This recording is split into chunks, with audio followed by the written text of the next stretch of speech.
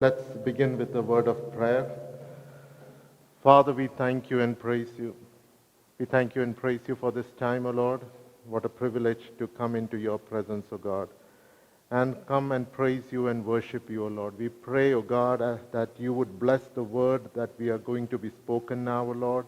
We pray, O Lord Father, that your Spirit would be here and your Holy Spirit will speak to every person who is listening to this word, O Lord Father. Every distraction, we pray, would be removed, O Lord Father, that every heart would be receptive to your Spirit, O God.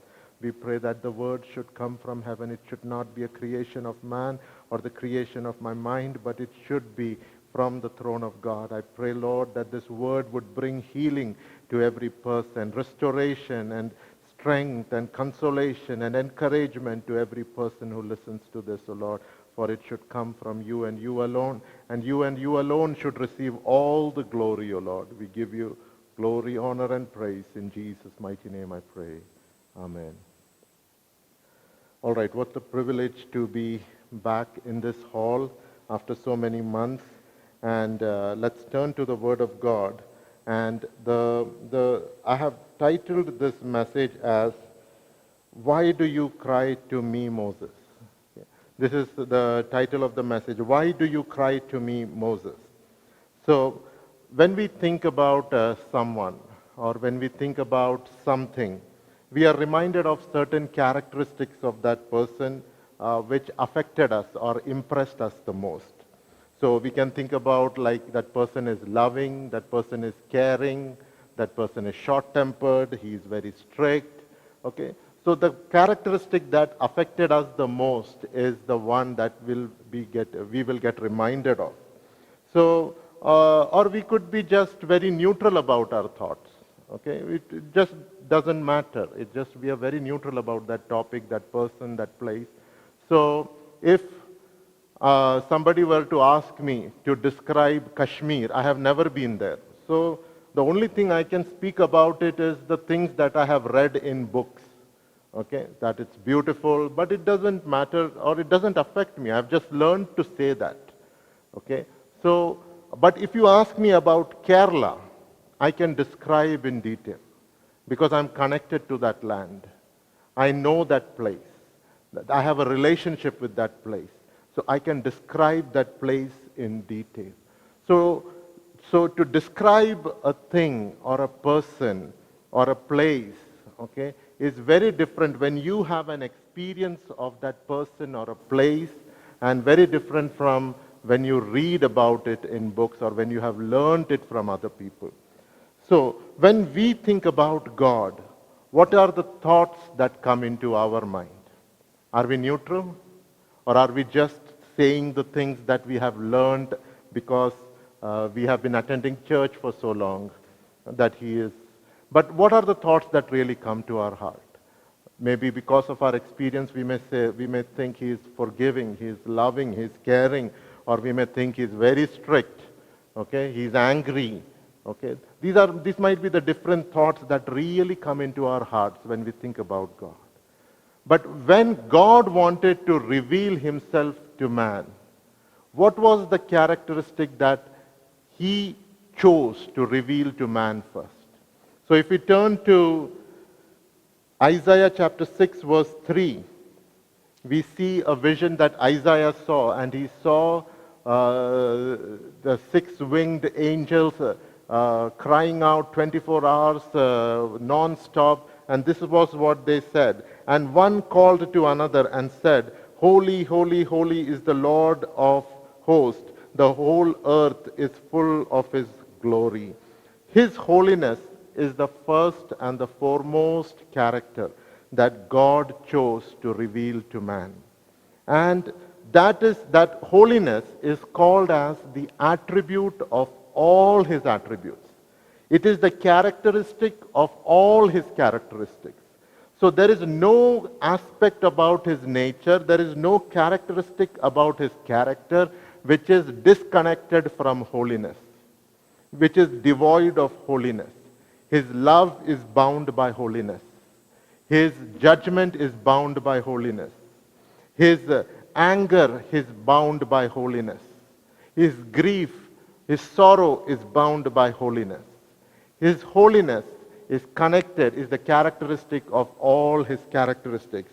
And this is the first thing that he chose to reveal to man, that I am holy. So that is the first thing that we need to remember about God when we relate to him and when we deal with him, when we connect with him. We need to remember God is holy.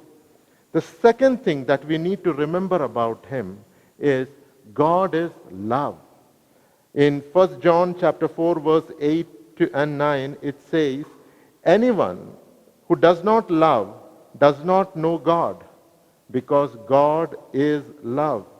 In this the love of God was made manifest among us, that God sent his only Son into the world that we might live through him.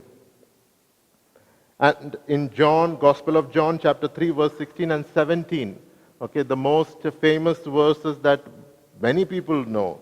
For God so loved the world that he gave his only Son, that whoever believes in him should not perish, but have eternal life. For God did not send his Son into the world to condemn the world, but in order that the world might be saved through him. So God is love. And he loved us so much that he sent his Son to die for us. And this is the purpose that he sent, that we should not live condemned, but we should have eternal life.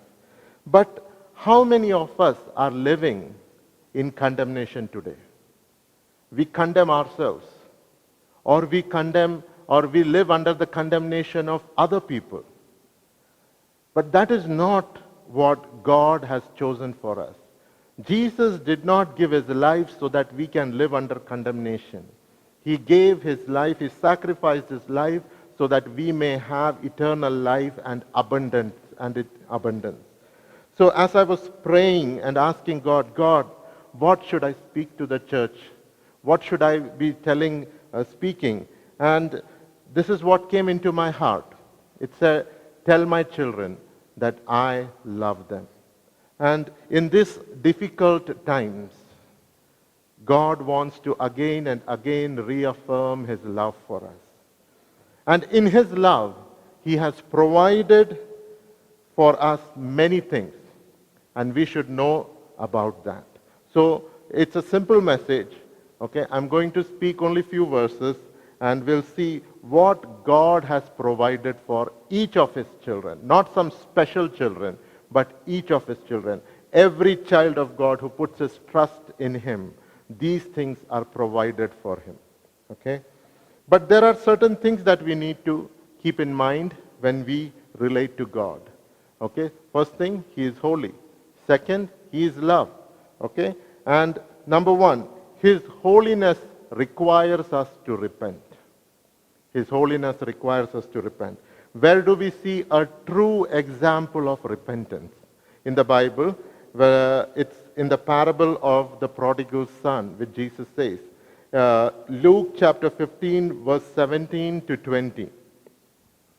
We read it this way. But when he came to himself, he said, how many of my father's hired servants have more than enough bread, but I perish here with hunger? I will arise and go to my father, and I will say to him, Father, I have sinned against heaven and before you. I am no longer worthy to be called your son. Treat me as one of your hired servants.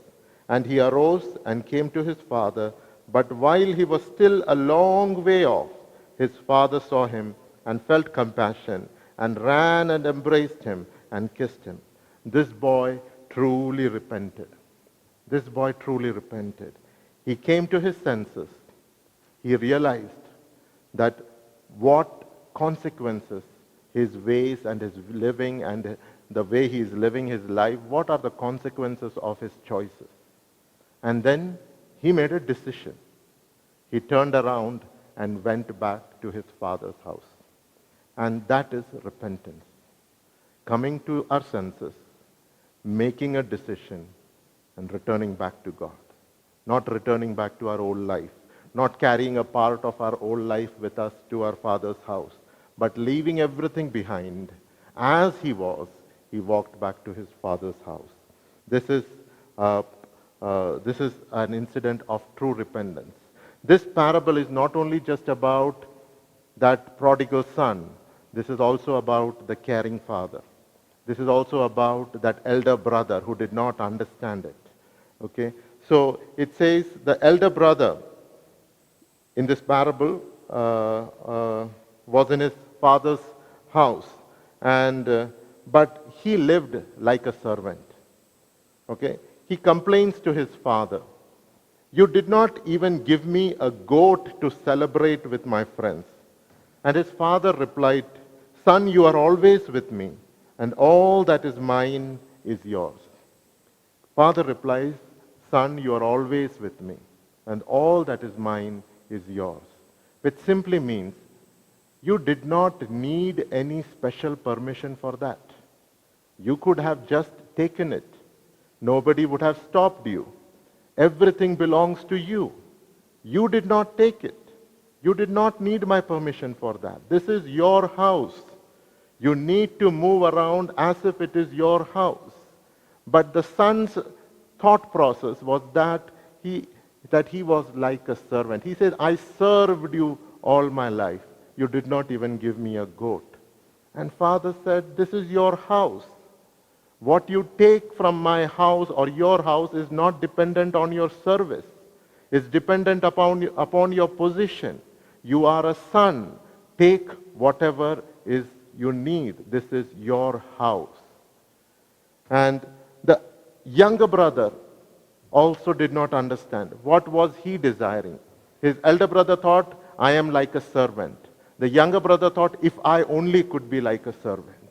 But that was not the father's heart. The father's heart was that you are my sons. You live like sons. Don't live like servants. This is your house.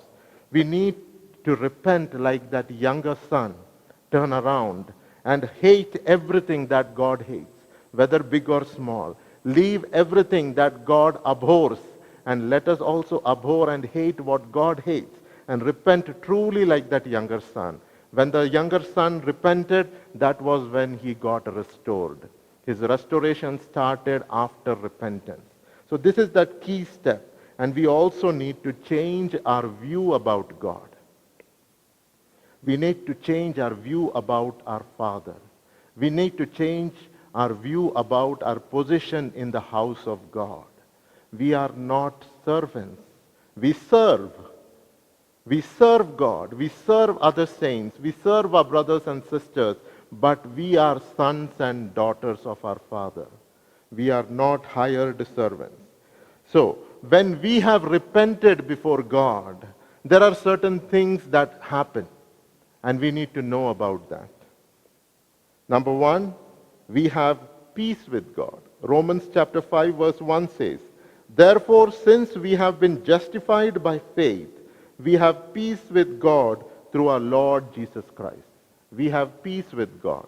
This peace is not speaking about quietness, tranquility, or calmness. This peace is about peace treaty. Okay? Two enemies, two warring sides, decide to stop their hostilities, decide to stop their enmity, and they come together and they sign a peace treaty. So that is what we have with God. Earlier, we were enemies with God. But now, since we have repented, we have peace with God. God is no longer our enemy. We need to keep that in our mind. God is not our enemy. He is not looking to condemn us. He is not looking for a chance to throw us in hell. He is not our enemy. We have peace with him. Okay? He is not holding a stick to punish us for every mistake that we do. Okay? We will get disciplined for our mistakes. We will get disciplined for disobedience, but we will not be cast out from the house. There is no condemnation. Other thing that we need to remember is that there is no condemnation.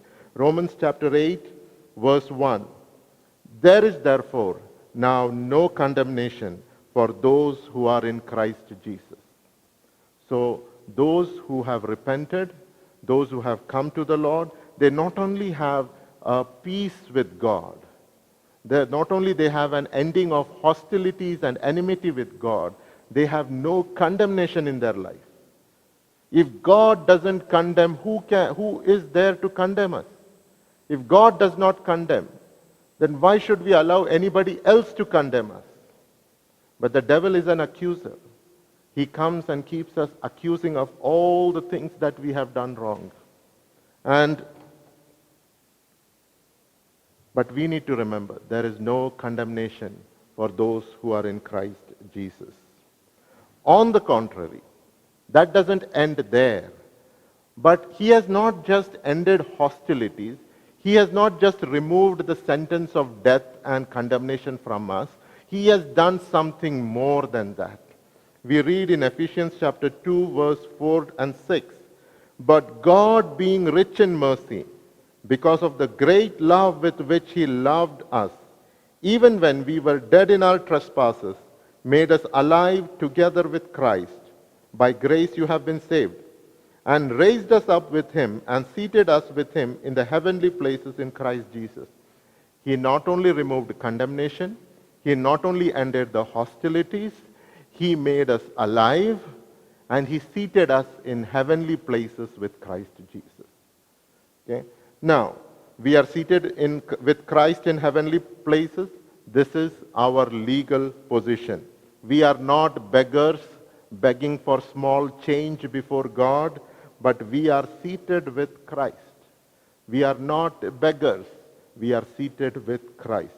Now, what is this heavenly places? If you'll read further in Ephesians chapter 1, verse 19 to 23, we see what these heavenly places are. "And what is the immeasurable greatness of his power towards us who believe, according to the working of his great might, that he worked in Christ when he raised him from the dead and seated him at his right hand in the heavenly places, far above all rule and authority and power and dominion, and above every name that is named, not only in this age but also in the one to come. And he put all things under his feet and gave him as head over all things to the church, which is his body, the fullness of him who fills all in all." So this heavenly place is at the right hand of God. This heavenly place is far above, okay? Not little above, far above. When we read about man, in Psalms 8, I think, it says, "You created him a little lower than the angels." Okay? Only little lower than the angels. Okay? That is the way the psalmist described the creation of man. And we know what happens to people who had encounter with angels. Okay? Daniel fell down like dead when he stood before the angel Gabriel. And the Bible says man was created a little lower than the angels. So that even little lower is such a big difference. But here the word of God says the position of Christ is not a little above, it is far above. It is far above. It is far above every rule, every authority, every power, every dominion, and every name that exists, not only now, but even in the age to come. The name of Jesus is never going to lose his power or authority. That name is far above every name. Okay? And this is the place that God has placed us with Christ. This is the heavenly place. This is the place that we are seated with Christ. Okay? We have been called co-heirs with Christ. Okay? We are seated with Christ, far above all these demonic and evil angelic powers or even the good angelic powers. We are far above God has placed us. And that is the place that God has given to every child of his. And not only that, he did not stop at that. He did not stop at that. And what he says, he made us his body. He made us the body of Christ. What does that imply? He and us are inseparable. We cannot be separated. For all eternity, Christ has joined himself to us in such a way that we can never be separated. That is the position that God has given us. And we are the fullness of him who fills all in all. Okay. What a privilege God has given us. He has not just made us forgiven our sins and removed our condemnation. He has made us alive. He has made us sit with Christ in heavenly places.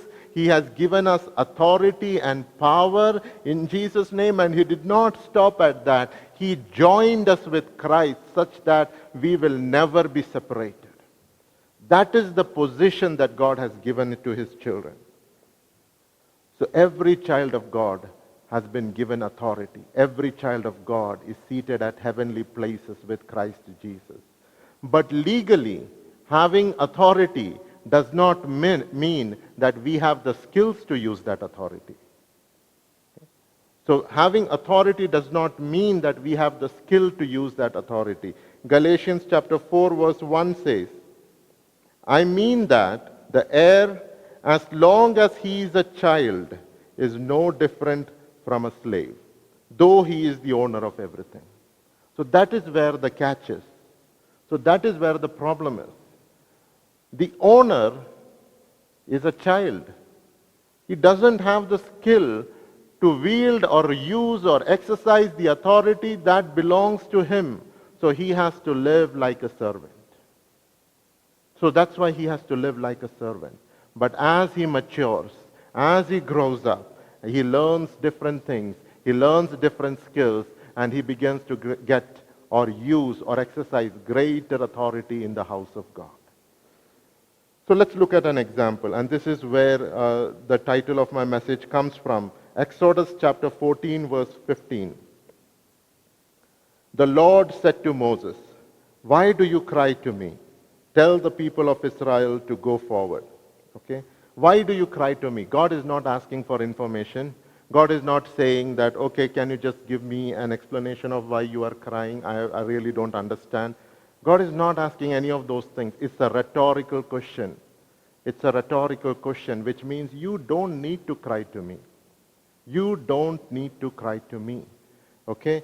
And we can look at it in another way by emphasizing that you in that sentence. Okay? Why do you, Moses? Why do you, Moses? Of all the people, why are you crying out to me?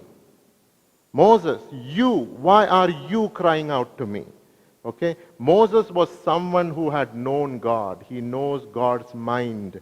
God says about Moses that I speak to him face to face, like a friend. I don't do that with everyone, but with Moses I speak face to face. And God says to Moses, Moses, why do you cry to me? You know me. You know my heart. You know my ways. And in Psalms 103 verse 7, it says, He made known His ways to Moses, His acts to the people of Israel. The people of Israel saw the great miracles of God. They saw the mountain burning with fire. They saw water coming out of rock. They saw food falling down from heaven. They saw the judgment of God. They saw mighty miracles of God. But Moses saw the heart of God which caused those miracles. Moses knew the heart of God. And so God is asking him, you, Moses, have known me. Then why do you cry to me? Use the authority I have given to you. What does Exodus chapter 14 verse 16 says? Lift up your staff, stretch out your hand over the sea and divide it. Okay? God gives the instructions on what to do, and he says, you divide the sea. You divide the sea. I have given you the authority. You divide the sea. And what is the process? Lift up your staff. Lift up your staff. Few months or probably years, I don't know how long ago it was, but God once asked Moses in Exodus chapter 4 verse 2. The Lord said to him, Exodus chapter 4 verse 2, the Lord said to him, what is that in your hand? And he said, a staff. A staff. Moses had completely surrendered to God. He had absolutely surrendered to God. God had asked him at one point, what is that in your hand? And Moses said, all that I have is a staff. and he gave it into the hands of God. God showed him different signs. But when Moses surrendered to God's will, a transformation happened. A transformation happened. In Exodus, same chapter of 4, Exodus 4 verse 20, it says, now he is beginning to go to Israel, he is just preparing. Moses took his wife and his sons and had them ride on a donkey and went back to the land of Egypt. And Moses took the staff of God in his hand. It very specifically says, Moses took the staff of God in his hand. It was a shepherd's staff, but now it has become the staff of God. This is the heart of God, to give authority into the hands of his children when they surrender to him. To such a person, God is saying, others may cry, but why are you crying, my child?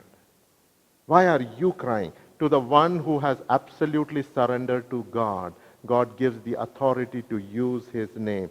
God gave Moses a staff, and he said, Moses, with this staff you commanded few sheep, but now with this staff you will point to the sea, and the sea will part before you.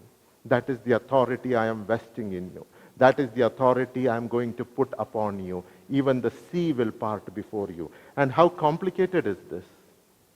Okay, how complicated is this? Our human mind cannot fathom this miracle.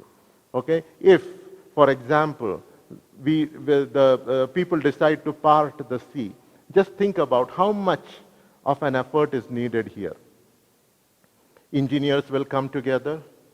They will have to measure the depth of the sea.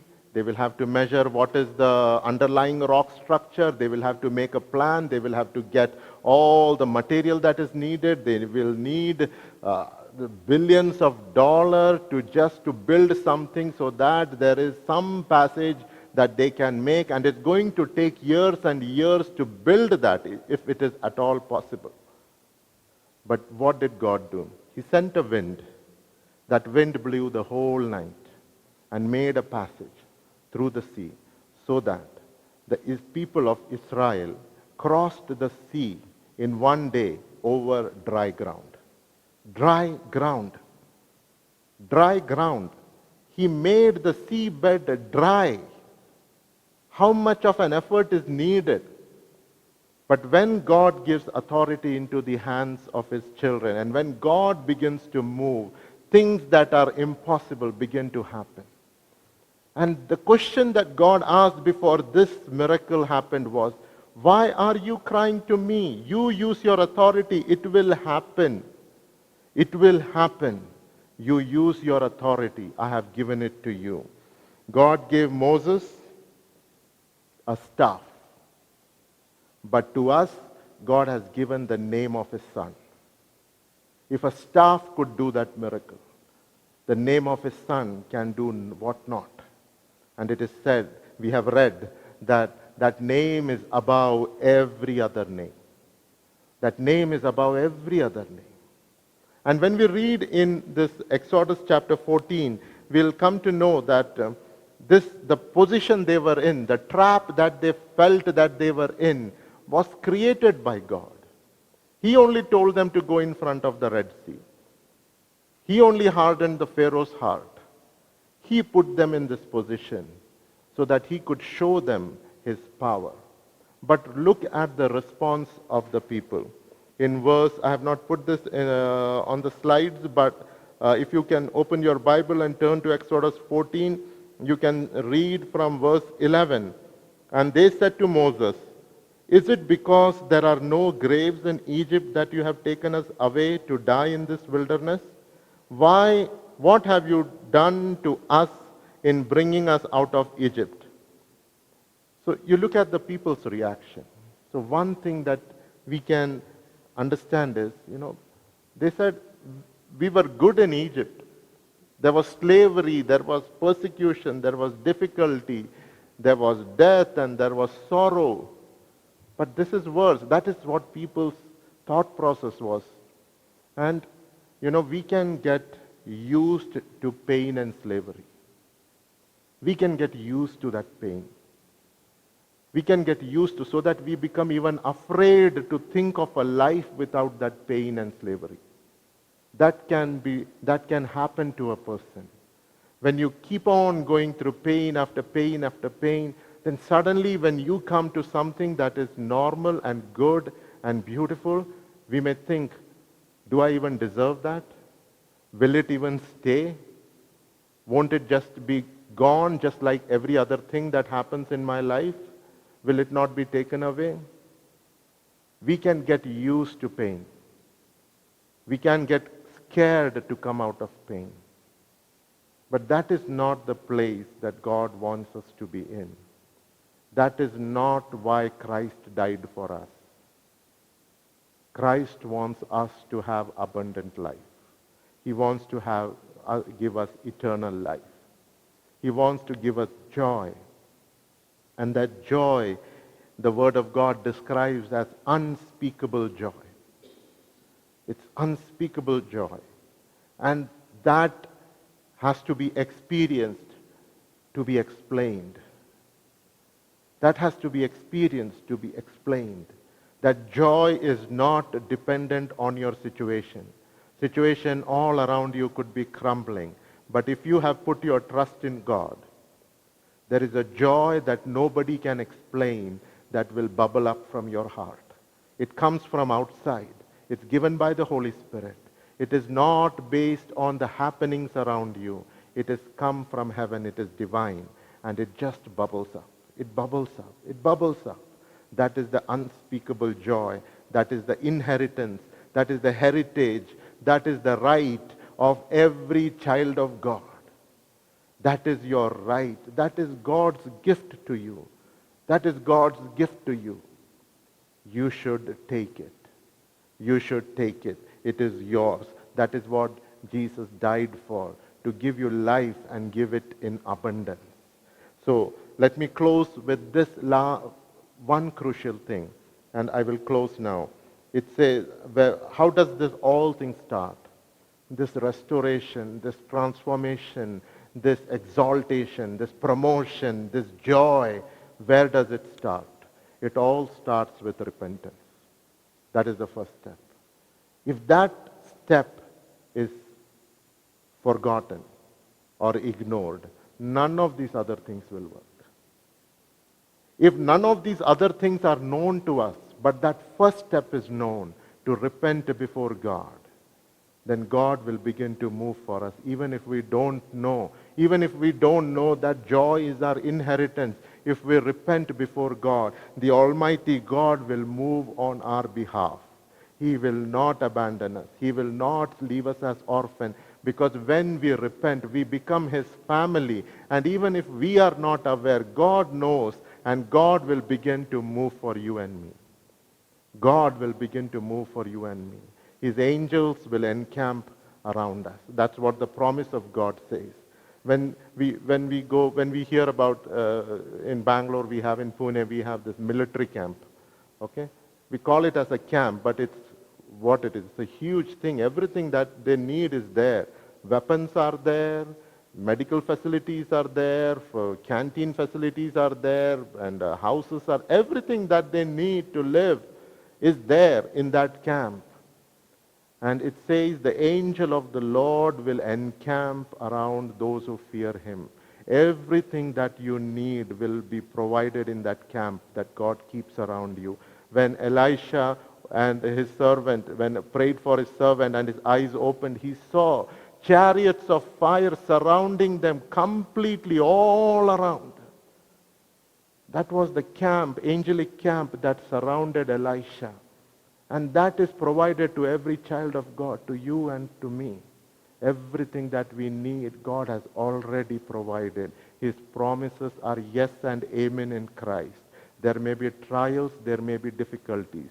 The Word of God says that the troubles of a righteous man are many. Okay? It is known that a righteous man will have trouble, many troubles. But it says, but God rescues him from them all. Not 90%, not 99.99%. He rescues them from all. From them all. So it doesn't matter what difficulties come into our life. if we are righteous before God, if we have repented before God, if we have joined ourselves before God, He will rescue us. He will rescue us. Financial trouble is not a problem. Relationship trouble is not a problem. Disease is not a problem. Job is not a problem. Because it says the name of Jesus is above every name. It's above every name. So whatever may be the name of your problem, the name of Jesus is above every name. That means that problem does not control Jesus. The name of Jesus is above that problem. He controls that problem. It's not a problem for God to part the Red Sea. The problem was that Moses did not know that he had to command the sea. And God had to tell him, my child, command. The problem is not in parting the Red Sea. The problem is that you are not using your authority. So that is what the devil tries to do, keep us from our inheritance. Keep us away from that knowledge of that inheritance. So this is the last crucial thing that I wanted to say, that all these things begin with repentance and coming back to God and living a life that would be pleasing to Him. May God bless us with this message.